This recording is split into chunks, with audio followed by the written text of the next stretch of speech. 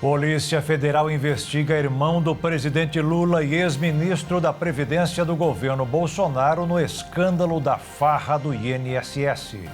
Agente da Polícia Federal é filmado carregando maleta com $200 mil, suspeitos de terem sido roubados no esquema dos aposentados. Estados Unidos fecham acordo com a Ucrânia para ajudar o país a se recuperar da guerra em troca de minerais raros. Governo da China garante que o presidente Donald Trump manifestou interesse em negociar acordos sobre tarifas. Dia do Trabalho é marcado em vários países do mundo por protestos por melhores salários e condições para exercer atividades. No Rio Grande do Sul, 1º de maio do ano passado foi marcado pela decretação de emergência pela tragédia das chuvas. Cirurgias são canceladas no Brasil por falta de remédios, equipamentos e até de profissionais. E no aniversário de 35 anos do telescópio Hubble, são exibidas imagens do universo feitas durante todo este tempo. É agora no Jornal das 22.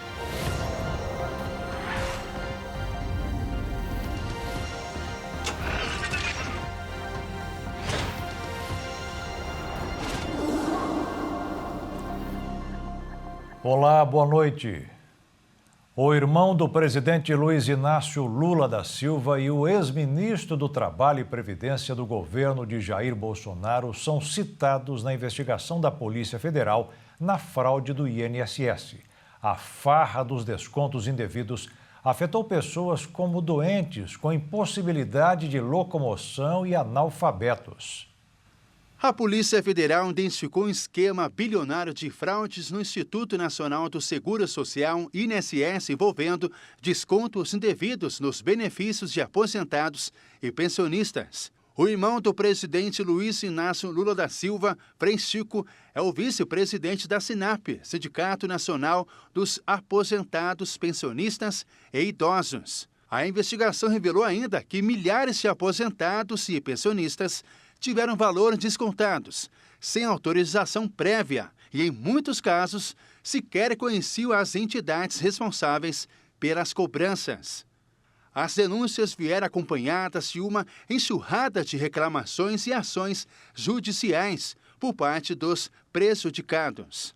A investigação revelou que o Sindinap, assim como a Confederação Brasileira de Aposentados e Pensionistas, não cumpria requisitos técnicos fundamentais, como a validação da biometria facial dos beneficiários, etapa obrigatória desde março do ano passado. As investigações sobre fraudes no INSS foram tornadas públicas quando a Polícia Federal e a Controladoria Geral da União fizeram uma operação para apurar desvios que podem chegar a 6 bilhões e 300 milhões de reais.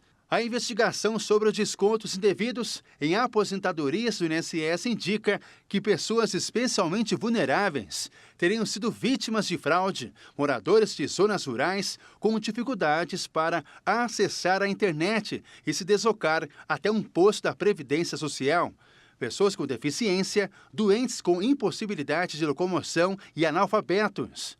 De acordo com o relatório, até pessoas com deficiências que as impediriam de assinar a autorização para os descontos em seus vencimentos estariam entre as vítimas. A utilização de ferramentas digitais por uma minoria dos beneficiários do INSS limita a capacidade do cidadão identificar possíveis descontos realizados sem sua autorização, situação agravada em função da fragilidade de controle relacionadas à inclusão desses descontos na folha de pagamento. A Confederação Nacional de Agricultores Familiares e Empreendedores Familiares Rurais, uma das entidades investigadas por descontos indevidos dos aposentados, também tem como citado na investigação o ex-ministro do Trabalho e Previdência do governo de Jair Bolsonaro, José Carlos Oliveira, descontos irregulares de aposentados e pensionistas do Instituto Nacional de Seguro Social por causa de transações suspeitas relacionadas a um assessor de uma das entidades investigadas. José Carlos Oliveira foi presidente do INSS entre novembro de 2021 e março de 2022, quando saiu para ser nomeado ministro do Trabalho e Previdência por Jair Bolsonaro. Em sua gestão, Oliveira assinou 3 acordos com associações. Quando deixou a diretoria para assumir o órgão e a pasta, seus auxiliares assinaram outros 17 acordos, de acordo com dados do Diário Oficial da União. A Controladoria Geral da União também contribuiu com o relatório e apontou falhas graves no controle dos chamados acordos de cooperação técnica firmados pelo INSS com entidades. De acordo com a Controladoria Geral, a autarquia continuou firmando novos acordos, mesmo ciente da própria incapacidade de fiscalizar os repasses. Durante o evento do Dia do Trabalhador em São Paulo, o ministro do Trabalho, Luiz Marinho, disse que a permanência de Carlos Lupe à frente do Ministério da Previdência dependerá de uma avaliação política e da capacidade de fazer a correção de rota no INSS em meio às investigações sobre fraudes nos descontos de aposentadorias. Ele terá, segundo Marinho, o momento e a oportunidade para solucionar o problema. O agente da Polícia Federal, Felipe Reuters Coutinho, apontado pelas investigações como servidor da corporação envolvido no esquema de fraudes do INSS, foi flagrado com $200 mil em dinheiro vivo durante o cumprimento de mandados na operação que apura desvios no órgão. As imagens foram capturadas pelo sistema de segurança do aeroporto de Congonhas, na zona sul de São Paulo, onde o agente trabalha. Os investigadores suspeitam que ele esteja envolvido com agentes públicos beneficiados pelo dinheiro descontado indevidamente de aposentados e pensionistas. Ele teria facilitado a passagem de um envolvido no esquema que levava a mala, com dinheiro equivalente a mais de R$1.100.000. Segundo o relatório da Polícia Federal, além de vários investimentos, ele fez viagens internacionais e fez várias compras que não caberiam no salário de um agente da PF. E nestes voos chamados de bate e volta, ele sempre fazia passagens por Brasília. Reuters foi afastado do cargo e teve o celular e o computador apreendidos durante as investigações. O ministro do Supremo Tribunal Federal, Alexandre de Moraes, disse hoje que liberou o acesso do ex-presidente Jair Bolsonaro a todas as provas sobre a tentativa de golpe da qual é acusado. Na decisão, Moraes lembrou que a primeira turma do STF negou acesso irrestrito às acusações, o que seria cerceamento de defesa. Alexandre de Moraes alegou que os advogados já tiveram acesso à íntegra dos autos e documentos probatórios diversas vezes. O ex-presidente Jair Bolsonaro deixou a UTI na noite de quarta-feira no hospital DF Star, onde está internado desde o dia 12 de abril após passar por uma cirurgia. De acordo com o boletim médico, Bolsonaro segue sem previsão de alta. A nota divulgada diz que ele está em uma unidade de internação estável, sem dor ou febre. Segundo os médicos, o ex-presidente apresentou boa aceitação de dieta líquida e tem melhora progressiva dos movimentos intestinais espontâneos. Está sendo alimentado por via parenteral e oral. O ex-presidente da República, Fernando Collor de Mello, foi para a prisão domiciliar. Determinação apontada como benefício humanitário é do ministro Alexandre de Moraes, que atendeu a um pedido da defesa de Collor, sob o argumento de que, além dos 75 anos de idade, o ex-presidente tem graves problemas de saúde, como Parkinson, apneia do sono e transtorno bipolar. Ele já devolveu o passaporte e deixou o presídio onde estava, com uma tornozeleira eletrônica. Hoje foi dia de atos e show para comemorar o Dia do Trabalho em todas as capitais do Brasil. Um momento de descontração para muitos e de protestos para outros. E muitos nem sabem quando os direitos trabalhistas começaram a valer no país.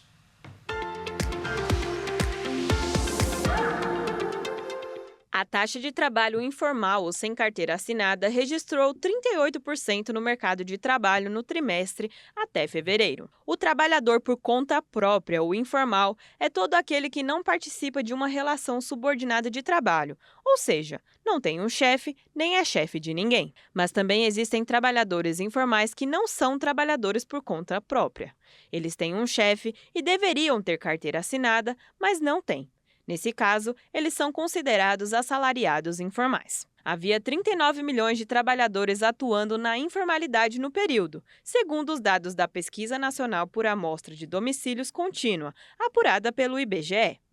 Em um trimestre, mais de 1 milhão de pessoas deixaram de atuar como trabalhadores informais. A informalidade já vinha em tendência de queda, graças a uma maior participação da carteira assinada na composição da ocupação. A taxa de informalidade recuou nas comparações com o trimestre anterior, encerrado em outubro de 2024 com 40 milhões, e com o trimestre encerrado em janeiro de 24 de 39%. Atualmente, a fatia dos informais na ocupação está nas mínimas históricas, não incluindo o período de Covid-19. Ainda não é possível afirmar que a atual queda brusca na informalidade poderia ser o início de um processo de ajuste no mercado de trabalho, que posteriormente se espalharia para outras atividades. Em um trimestre na informalidade, houve redução de 861 mil empregos sem carteira assinada no setor privado, de 285 mil trabalhadores domésticos sem carteira assinada, de 33 mil empregadores sem CNPJ e de 29 mil pessoas no trabalho por conta própria sem CNPJ. Mas houve um aumento de 36 mil pessoas atuando no trabalho familiar auxiliar. Segundo o IPA, a taxa alta de trabalho informal no país se dá pela queda da capacidade do Estado de garantir o cumprimento das leis trabalhistas. O Instituto destaca o número insuficiente de auditores fiscais do trabalho, ligados ao Ministério do Trabalho e Emprego, para garantir que empregadores respeitem os direitos trabalhistas dos funcionários. Entre 2012 e 2024, o número de trabalhadores assalariados cresceu em 11%. No mesmo período, o número de auditores do trabalho caiu em 34%. E a seguir, Estados Unidos fecha um acordo com a Ucrânia para ajudar o país a se recuperar da guerra em troca de minerais raros.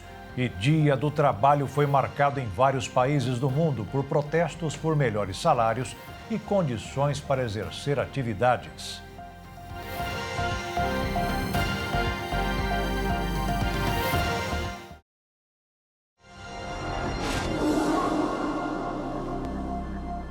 Os Estados Unidos e a Ucrânia assinaram um acordo em troca de ajuda para que os ucranianos reconstruam seu país devastado por uma guerra que ainda nem acabou. Os americanos ganharão o direito de explorar minerais raros abundantes na Ucrânia. A iniciativa é considerada por Donald Trump como uma forma de Kiev pagar pelos bilhões de dólares em ajuda econômica e militar, fornecidos desde o início da invasão russa, em fevereiro de 2022.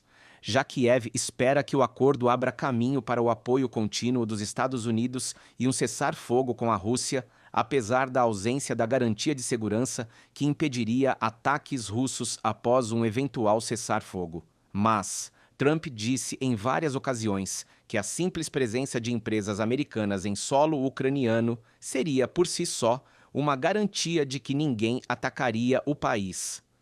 O texto estabelece que os Zebuon terão direitos preferenciais, mas não exclusivos, sobre a exploração de terras raras, titânio, lítio e outros minerais críticos em território ucraniano. O fundo será administrado conjuntamente pelos dois e investirá em projetos de extração, infraestrutura e energia. A Ucrânia, portanto, manterá a propriedade sobre seus recursos naturais. No Facebook, a ministra da Economia da Ucrânia, Yulia Sviridenko, que assinou o acordo, declarou que o texto prevê que todos os recursos do território e nas águas territoriais pertencem à Ucrânia e que o Estado ucraniano determinará onde e o que extrair, dando aos Estados Unidos apenas a preferência em sua exploração.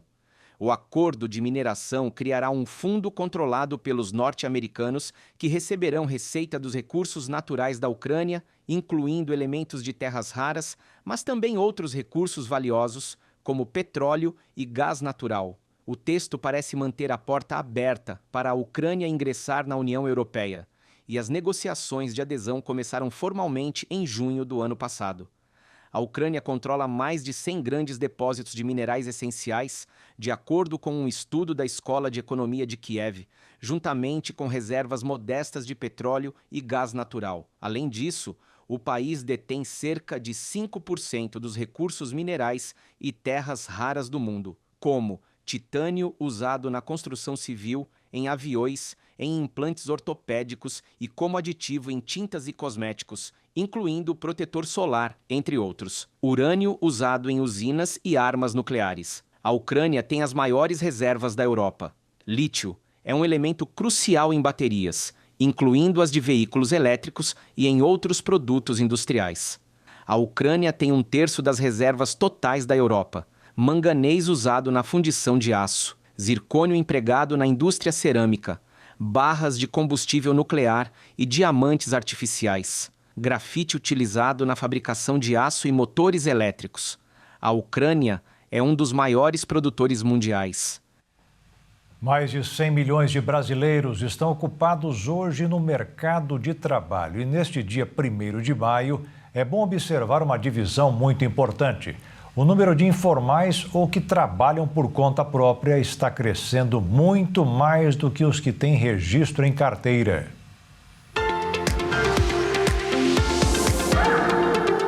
A taxa de trabalho informal ou sem carteira assinada registrou 38% no mercado de trabalho no trimestre até fevereiro.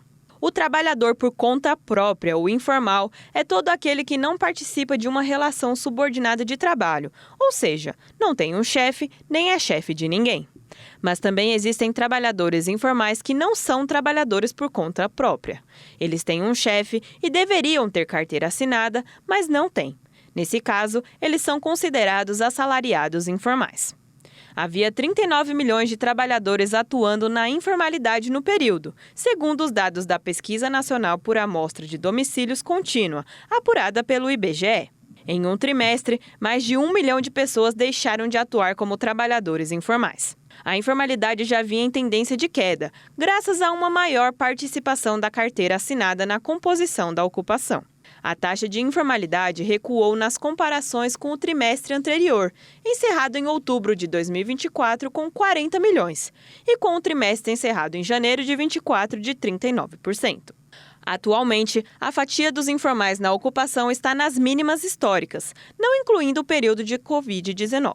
Ainda não é possível afirmar que a atual queda brusca na informalidade poderia ser o início de um processo de ajuste no mercado de trabalho, que posteriormente se espalharia para outras atividades. Em um trimestre na informalidade, houve redução de 861 mil empregos sem carteira assinada no setor privado, de 285 mil trabalhadores domésticos sem carteira assinada, de 33 mil empregadores sem CNPJ e de 29 mil pessoas no trabalho por conta própria sem CNPJ. Mas houve um aumento de 36 mil pessoas atuando no trabalho familiar auxiliar. Segundo o IPA, a taxa alta de trabalho informal no país se dá pela queda da capacidade do Estado de garantir o cumprimento das leis trabalhistas. O Instituto destaca o número insuficiente de auditores fiscais do trabalho, ligados ao Ministério do Trabalho e Emprego, para garantir que empregadores respeitem os direitos trabalhistas dos funcionários. Entre 2012 e 2024, o número de trabalhadores assalariados cresceu em 11%. No mesmo período, o número de auditores do trabalho caiu em 34%. O Dia Mundial do Trabalhador foi marcado por protestos em vários países. As comemorações do 1º de maio na Turquia teve conflitos entre os manifestantes e as forças de segurança e acabou com mais de 400 pessoas presas. De acordo com a agência de notícias Reuters, em Istambul, capital turca, houve confrontos entre a polícia e os manifestantes, que tentavam romper barricadas policiais para chegar à Praça Taksim, local em que protestos foram proibidos. Segundo as autoridades da Turquia, houve grande tumulto quando as primeiras pessoas foram detidas à força, no lado europeu da cidade, onde a polícia bloqueou as vias de acesso à praça. Na França, sindicatos falaram em trumpização da política global e, em alguns lugares, a polícia jogou bombas de gás lacrimogênio nos manifestantes.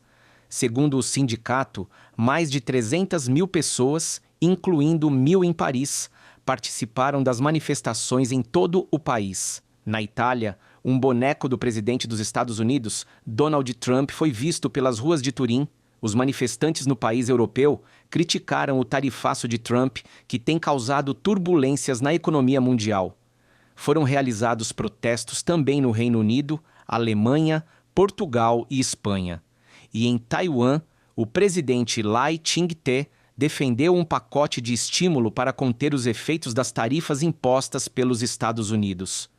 O líder taiwanês garantiu para a população que vai trabalhar para manter o emprego para o povo do país. No Japão, os manifestantes pediram desde aumento salarial até o fim da guerra na Ucrânia. Na Coreia do Sul, uma multidão foi às ruas em Seul para celebrar o Dia do Trabalho.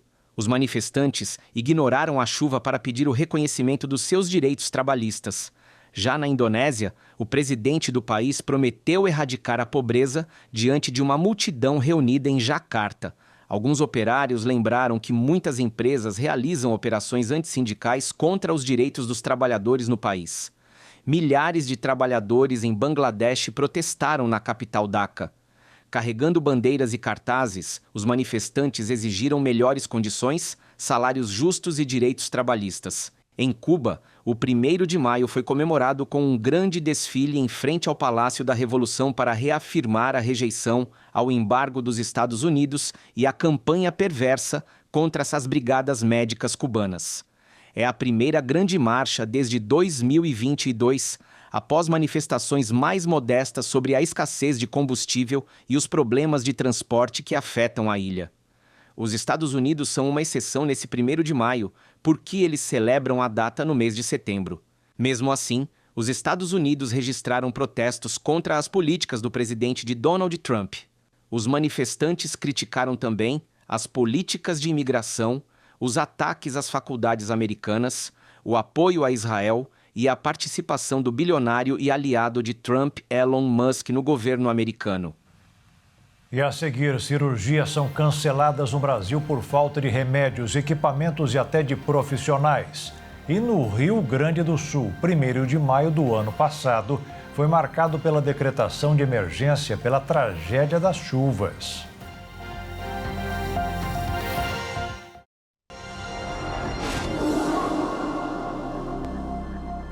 Hoje, no dia 1º do trabalho, um dos assuntos mais discutidos é o fim da escala 6x1. Depois de 6 dias trabalhando, vem uma folga. Muitos querem acabar com isso, não percebendo que poderão enfrentar jornadas exaustivas. Não seria a primeira mudança nas leis trabalhistas.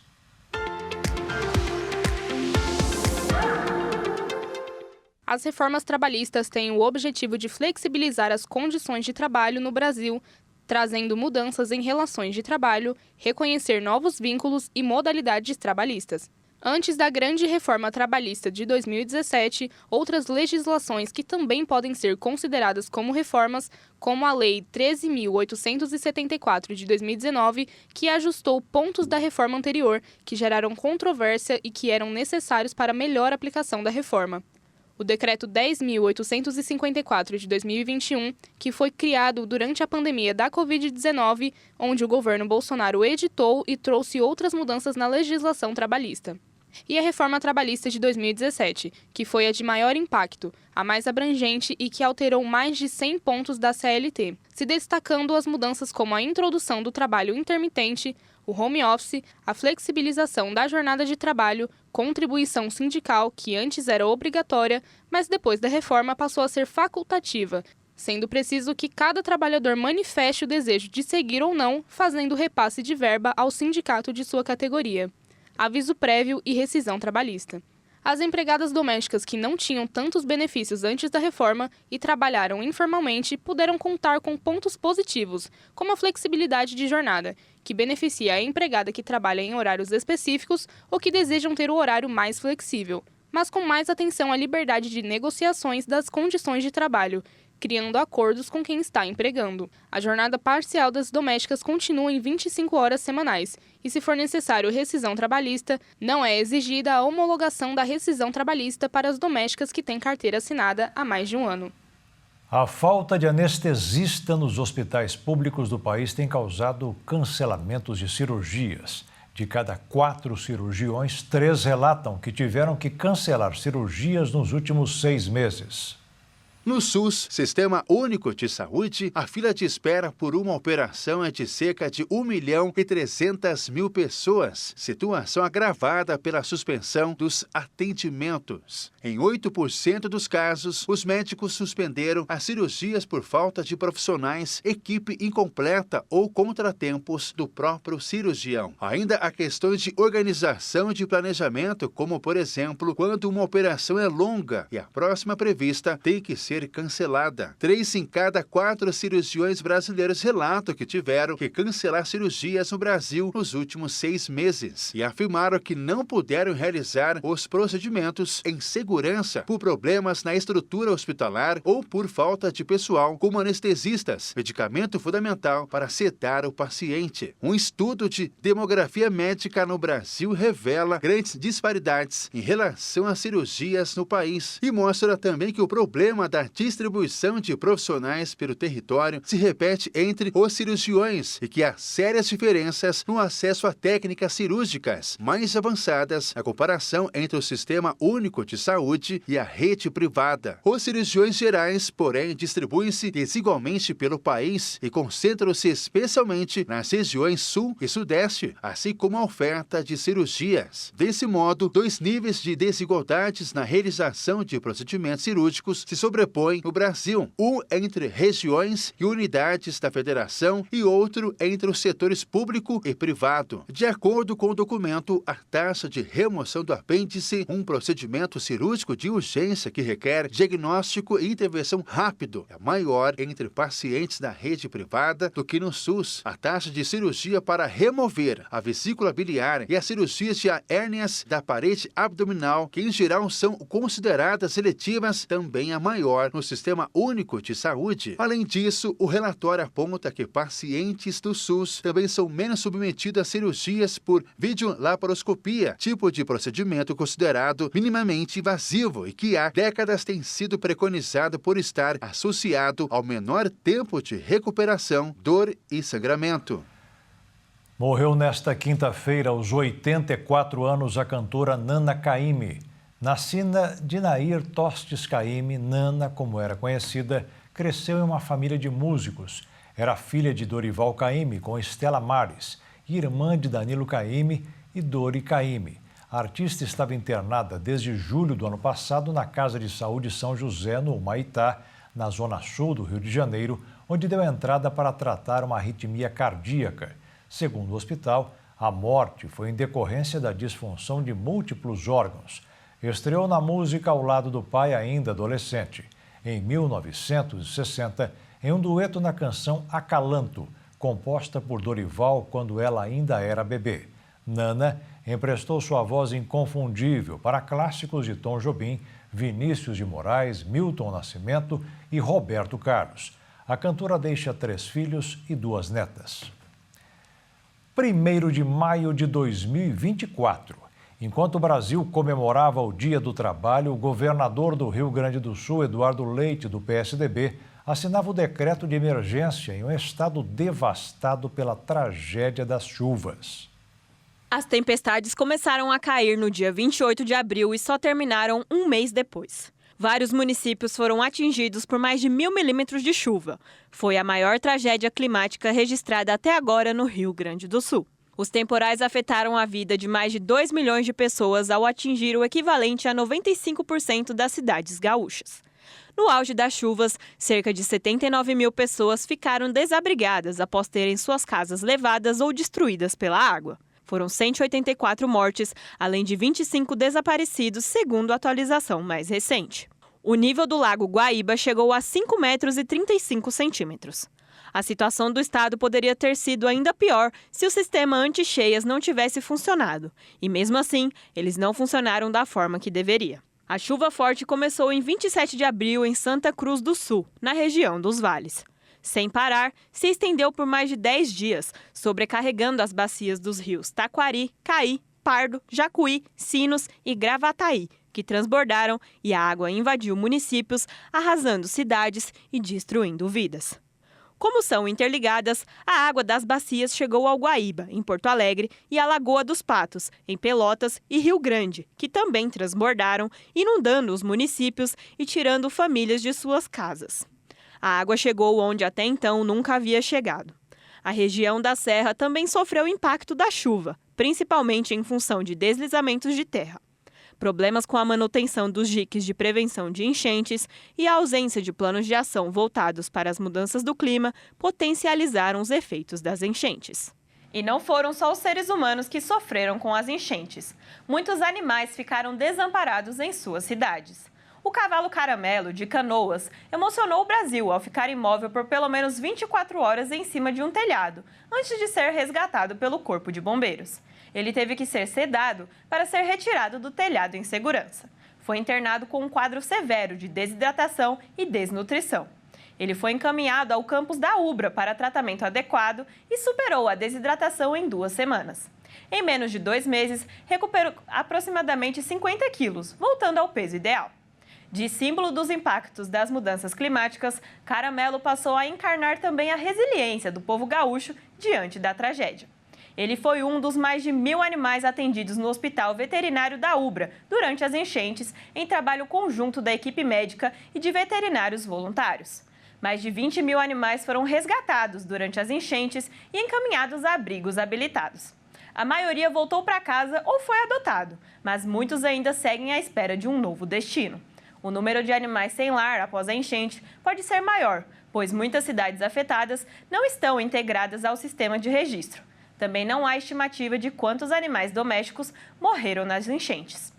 O equivalente a 3 meses de chuva caiu sobre o estado em 2 semanas, em um evento extremamente raro, que se espera que ocorra apenas uma vez a cada 100 a 250 anos. O Rio Grande do Sul é particularmente vulnerável a inundações por abrigar um vasto sistema fluvial, que atravessa grande parte do seu território. Passado um ano das enchentes, como estão as pessoas que passaram por esse pesadelo? Quais foram as mudanças e melhorias feitas para o Estado se preparar melhor em caso de outro fenômeno da mesma magnitude? Eu fui uma das primeiras pessoas a ser sorteadas, né? Então, eu achei muito... Eu também me dediquei desde o processo, eu fui atrás, né? Porque tinha que procurar um móvel, né? Que não estivesse na enchente, que estivesse dentro dessas condições do governo. E eu preenchi todas as papeladas, corri bastante, muitos não aceitavam, que achavam que o governo não ia pagar, né? Aí já vendiam adiante. Então eu fui muito privilegiada, porque em janeiro eu já fui selecionada e agora em fevereiro já ganhei meu móvel novo. Até já com escritura, com tudo certinho, né? Pelo governo federal agradeço, porque eu fui bem atendida. Nossas vidas se transformou e nós tivemos que passar por situações difíceis. Hoje estamos nos reconstruindo, mas com muita dificuldade. Mesmo um ano depois, tudo tem sido com muita dificuldade. Tivemos que contrair dívidas para poder arrumar a nossa casa, que não foi tomada pela água, mas nós ficamos ilhados. Então, até retomar isso aí, tendo que pintar, reformar, comprar, reconstruir, tudo isso para nós foi muito difícil. Além, claro, das dívidas que nós tivemos que adquirir para poder sair desta situação. A gente está desenvolvendo uma série dando andamento a uma série de projetos que vão, com certeza, qualificar a resposta que a gente está oferecendo perante os desastres para toda a população gaúcha. Então, nós estamos estabelecendo uma rede de radares aqui no Rio Grande do Sul para fazer essa parte de monitoramento hidrometeorológico, né? Então, nós já instalamos um radar ano passado, em agosto, já está operando, já subsidiou a emissão de mais de 300 alertas aqui. e a gente tem outros 3 radares que vão ser instalados em outras regiões do estado, fazendo então essa cobertura de 100% do território gaúcho, para que a gente possa fazer um envio de alertas e um monitoramento mais qualificado das condições, né, do tempo, do clima aqui no Rio Grande do Sul. A gente também está fazendo a capacitação dos municípios, e é bem importante frisar isso, porque quem dá o combate, o atendimento inicial, né, perante um desastre é o município. Sim. E nós identificamos, né, algumas sensibilidades o ano passado, então a gente aguardou o período eleitoral, a troca das equipes, e nesse início de ano iniciamos uma capacitação para todos os coordenadores municipais, né, e suas equipes dos 497 municípios gaúchos. A gente fez uma etapa à distância, uma etapa regionalizada, e dos nossos 10 centros, né, dos nossos 10 regionais, 8 já passaram por essa capacitação na modalidade presencial. Então, é um dado bastante significativo que a gente possa instrumentalizar e orientar as defesas civis dos municípios para que eles possam realmente cumprir o seu papel. E a seguir, governo da China garante que o presidente Donald Trump manifestou interesse em negociar acordos sobre tarifas. E no aniversário de 35 anos do telescópio Hubble, são exibidas imagens do universo feitas durante todo este tempo.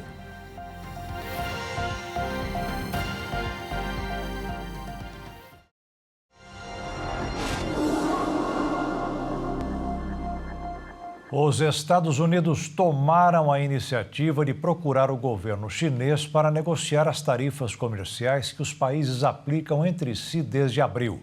A tarifa de 145% imposta recentemente por Donald Trump às importações chinesas está afetando significativamente a produção industrial americana. A queda na produção industrial dos Estados Unidos se agravou no mês passado, à medida que a incerteza relacionada às tarifas do presidente Donald Trump se espalhava pelo setor. O líder americano anunciou tarifas abrangentes contra a maioria dos países no início de abril, antes de mudar a política para muitas nações, mas deixando a China enfrentando novas tarifas, totalizando 145%. Autoridades dos Estados Unidos entraram em contato com seus correspondentes chineses para negociações sobre as tarifas exorbitantes que têm afetado os mercados e as cadeias de suprimentos globais. As tarifas punitivas dos Estados Unidos, que chegaram a 145% sobre muitos produtos chineses, estão em vigor. Pequim respondeu com novas taxas de 125% sobre as importações dos Estados Unidos. O governo Trump está enfrentando múltiplas pressões de vários setores da economia americana. O presidente Donald Trump afirmou repetidamente que a China buscou negociações sobre as tarifas e reiterou que havia uma grande chance de chegarem a um acordo. Pequim negou veementemente que qualquer negociação esteja ocorrendo e tratou como uma guerra comercial e disse que lutaria até o fim se fosse necessário. O Ministério das Relações Exteriores da China prometeu nunca se ajoelhar. Uma rede social chinesa similar ao X disse que os Estados Unidos têm vazado informações de conversas iniciais sobre o tema e que isso mostra que estão mais ansiosos para negociar. A China não vê necessidade de entrar em discussões com os Estados Unidos até que o governo de Donald Trump tome ações significativas primeiro. Uma pesquisa internacional revela quais são as profissões mais confiadas pelos brasileiros. Professores, médicos e cientistas lideram a lista. Esses dados apontam sobre como a população percebe e valoriza o papel de cada profissão na sociedade.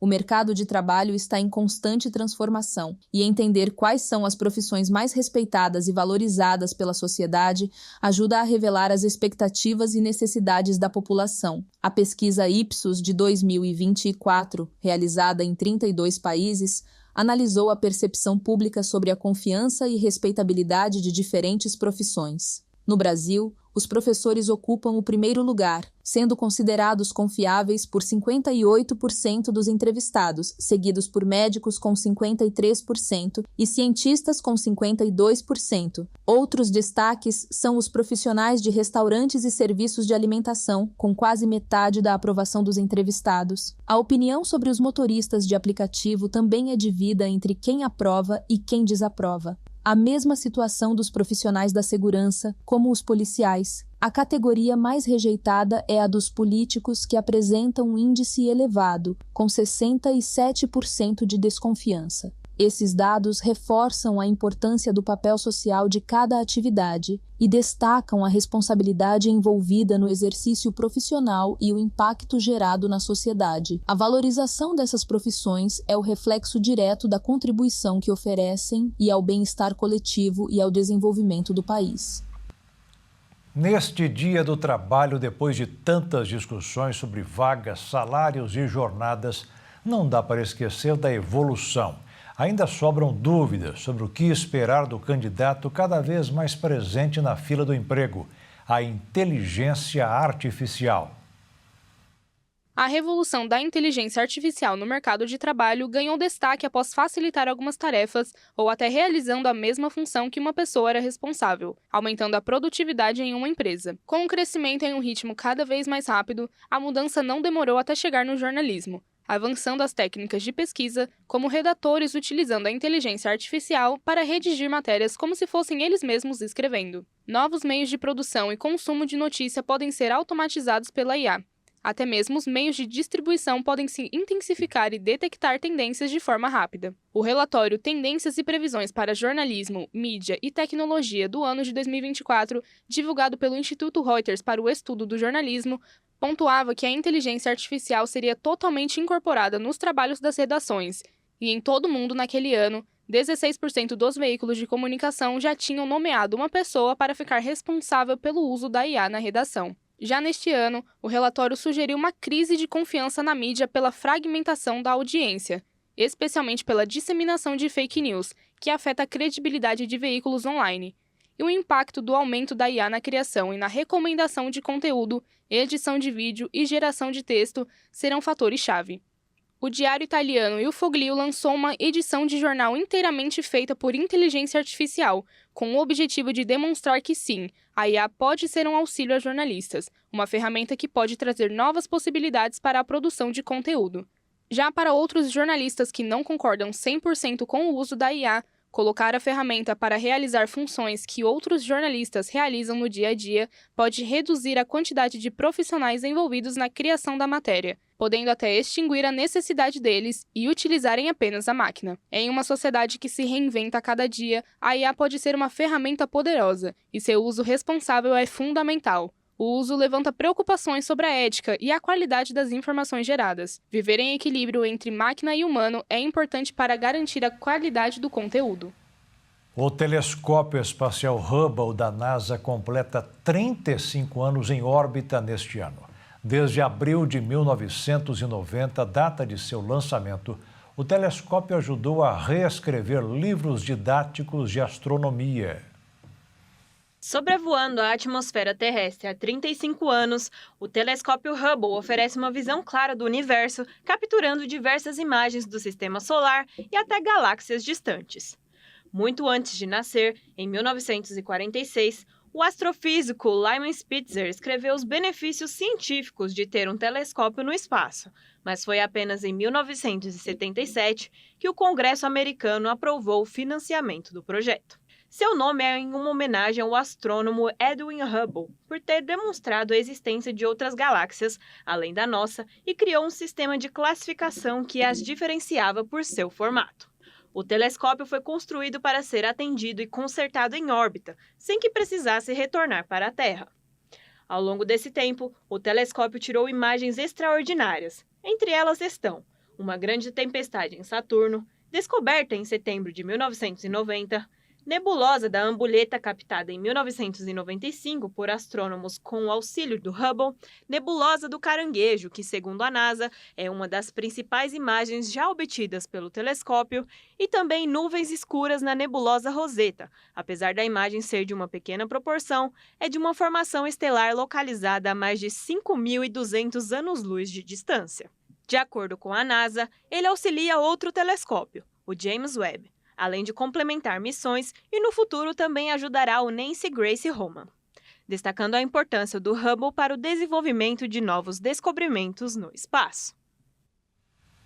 Aconteceu nesta quinta-feira, na Igreja Internacional da Graça de Deus, localizada no centro da capital paulista, o evento Teens, Hope, o poder do Espírito Santo. O encontro reuniu diversos adolescentes com o objetivo de proporcionar uma tarde mais alegre e aproximá-los cada vez mais dos ensinamentos de Jesus. O evento Teens Hope, o poder do Espírito Santo, ficou marcado na vida dos adolescentes familiares presentes nesse importante culto que levou alegria, esperança e muito amor no coração de cada um que estava presente.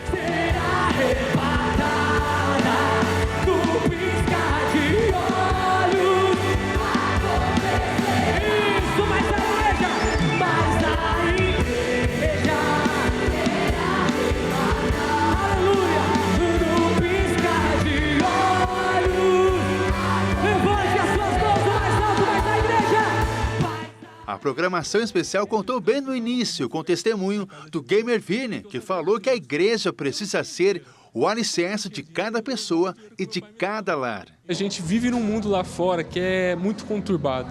E aqui dentro, ter esse ambiente que todo mundo está gritando, falando de Jesus, torcendo para Ele, querendo a volta dele, é incrível. Vocês não têm noção da energia que está aqui, porque as crianças são puras. E essa pureza passa para todo o ambiente, ainda mais com o poder do Espírito Santo aqui. Então não parem, não deixem de fazer, porque isso aqui é essencial para o futuro de todo o Brasil e o futuro da casa de cada um. E teve muita música gospel para o público. A banda Teens e a banda Offer abrilhantaram o evento. E teve até trapper com o cantor Opeter, que também levantou o público presente e administrou uma batalha de rima entre os adolescentes. E nesse momento feliz de rima improvisada, até o pastor Jaime de Amorim Campos entrou na brincadeira. Senhor Jesus, é o meu Senhor. Senhor Jesus, é o meu Senhor. Senhor Jesus, é o meu Senhor. Senhor Jesus, é o meu Senhor. Senhor Jesus. Precisa ter dentro da igreja, principalmente porque hoje nós vivemos num mundo cheio de informações. Então hoje o adolescente ele tem muita informação. E é a famosa geração do fast food. Ela quer informação, quer consumir rápido, e a gente precisa estar ativo dessa forma também na igreja. Então, quando a gente faz um evento dessa forma, quando a gente consegue atrair o tanto de adolescentes que tem neste lugar, a gente consegue imprimir neles o caráter de Cristo, a gente consegue transferir a eles tudo que Deus tem feito em nós, através de nós ali. E então acho que a igreja ela tem um papel fundamental na vida do adolescente, porque é a partir dali que a vida começa, que algo inicia na vida dele, e ele precisa estar fundamentado em Deus. O evento Teens Hope, o poder do Espírito Santo, teve como finalidade oferecer paz, alegria, esperança aos adolescentes, mostrando que Jesus é a força necessária para inspirá-los a vencer os desafios. Hoje a gente vê, né, que o número de depressão, ansiedade tem crescido muito na idade deles, e nós estamos indo com a cura que é Cristo. Então é um evento para que eles se alegrem, para que eles queiram estar na igreja, para que eles encontrem alegria na igreja, porque a igreja genuína está aqui e está em Cristo, não tem outro lugar. A Eduarda Cristina veio com a caravana da Igreja Internacional da Graça de Deus, localizada em Itapevi, e volta para casa mais renovada e conectada com a mensagem de Jesus. Eu estou sendo realizada e tocada por Senhor, porque eu cheguei pensando que tipo, ia ser só um normal, mas depois que eu voltei, eu estava pulando, eu estava adorando, foi mágico.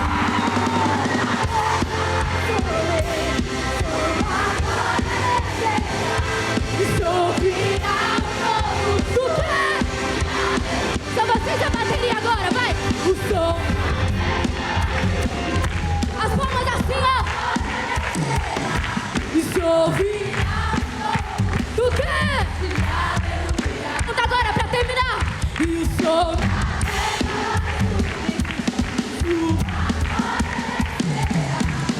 ouvi do que? Tira o pé do chão. E o Jornal das 22 termina aqui. Uma boa noite para você e fique na paz. Tchau.